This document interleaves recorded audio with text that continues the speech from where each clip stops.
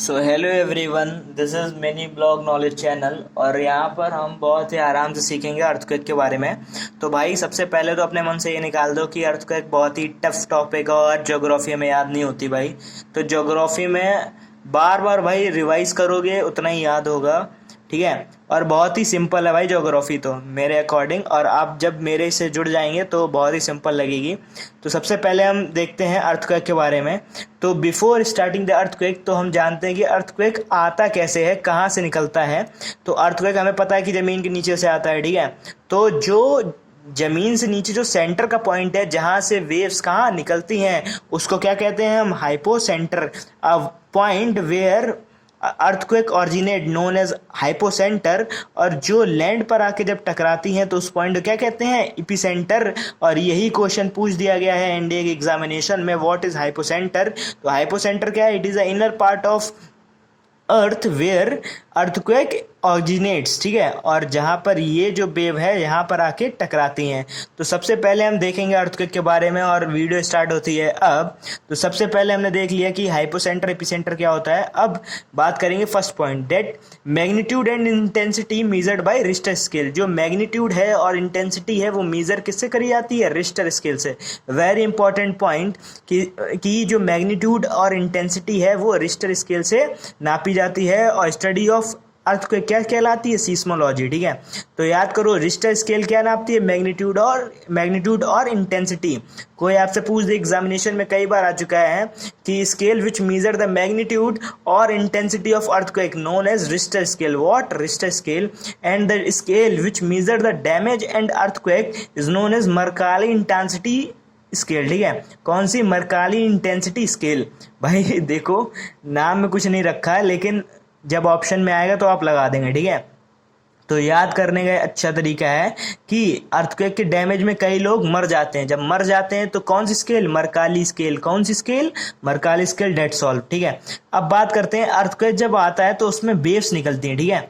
तो वेव तीन टाइप्स की होती हैं, पी वेव्स, एक्स वेव और एल वेव्स, ठीक है। तो सबसे पहले one by one we started studying. And primary waves इस इज कॉल्ड, इसको हम ये बोलते हैं पापा वेव्स, ठीक है। याद करने का भाई तरीका है अपना अपना, ठीक है। तो पी फॉर प्राइमरी वेव, तो पापा वेव। और पापा जो वेव होती हैं, it can travels in solid, liquid and gas, ठीक है। ये तीनों में ट्रेवल कर जाती हैं भाई। देखो, जब पापा थप्पड़ मारते हैं तो वो सॉलिड, लिक्विड, गैस तीनों में कन्वर्ट हो जाता है, ठीक है। ठीक है ना। तो याद करने का ट्रिक वेरी इजी कि ये सॉलिड, लिक्विड, गैस तीनों में ट्रेवल कर जाती हैं। ये इनकी शॉर्ट वेवलेंथ है, ठीक है। इनकी वेवलेंथ कैसी है, शॉर्ट है। और फ्रिक्वेंसी क्या है, वेरी हाई फ्रिक्वेंसी है, ओके। एंड इसका जो शेडो जोन होता है वो 105 टू 145 डिग्री होता है, ठीक है, अंडरस्टैंड। तो पी वेव्स जब ऑरिजिनेट होती हैं यहाँ से, तो याद रखना पी वेव की स्पीड क्या होती है, बहुत ज़्यादा होती है। लिख लो अपने पॉइंट में कि इसकी जो स्पीड है वो सिमिलर टू साउंड वेव है, ठीक है, similar to sound wave. P wave और एस वेव दोनों ऑरिजिनेट होती हैं कहाँ से, हाइपोसेंटर से। आपको बता चुका हूँ कि हाइपोसेंटर कौन सा पॉइंट है, हाइपोसेंटर जहाँ से अर्थक्वेक ऑरिजिनेट होता है, ठीक है, inner part of the earth है, ठीक है। और यहाँ से ऑरिजिनेट होता है और कहाँ पहुँचता है, हमारे पास पहुँचता है लैंड पर। जब लैंड पे पहुँचता है उसको क्या कहते हैं, एपिसेंटर। तो पी वेव्स ऑरिजिनेट हो जाती हैं, तो पी वेव्स की स्पीड ज़्यादा होती है। तो दोनों एक साथ ऑरिजिनेट होते हैं लेकिन पी वेव्स पहले पहुँच जाती है, ठीक है। फिर पी वेव पहुँचती है पहले और एस वेव पहुँचती है बाद में, इसको याद रख लेना, ठीक है। और ये जो है ये मूव करती हैं कैसे, पैरेलली मूव करती हैं। पैरेलल मतलब ऐसे, ठीक है। जो ट्रेन की जो ट्रैक होते हैं ना, पटरी, जिसको हिंदी में बोलते हैं पटरी, ठीक है, वो भी पैरेलली होते हैं, वो आपस में क्रॉस नहीं करते हैं। मतलब क्रॉस करते भी हैं तो भी वो पैरेलल मूव करते हैं, ठीक है। सिंपल है भाई, इतना तो आ ही रहा होगा। फिर उसके बाद बोलते हैं सेकेंडरी वेव्स, ये मूव करती हैं परपेंडिकुलर। इनका जो शेडो जोन होता है वो ग्रेटर होता है भाई। ये this is the PYQ of NDA examination and also CAPF, ठीक है। जो सेकेंडरी वेव होती हैं इसका जो शेडो जोन होता है वो ग्रेटर होता है किससे, प्राइमरी वेव से। और दीज आर ट्रांसवर्स वेव्स, ठीक है। ये भी PYQ है भाई, ये भी PYQ है, ठीक है। तो this is the primary waves. जो सेकेंडरी वेव है, जो सेकेंडरी वेव है उनको ट्रांसवर्स वेव भी कहते हैं। और ये सिर्फ solid, S for secondary, S for solid, S for secondary and S for solid wave, ठीक है। ये सिर्फ सॉलिड में ही ट्रेवल करती हैं। These are short wavelength and high frequency, short wavelength and high frequency, ठीक है। फिर बात करते हैं एस वेव, ठीक है। एस वेव, जब P प्लस S मिलती हैं तब एल वेव बनती है, जब P और S बनती है तो क्या बनती है, एल वेव।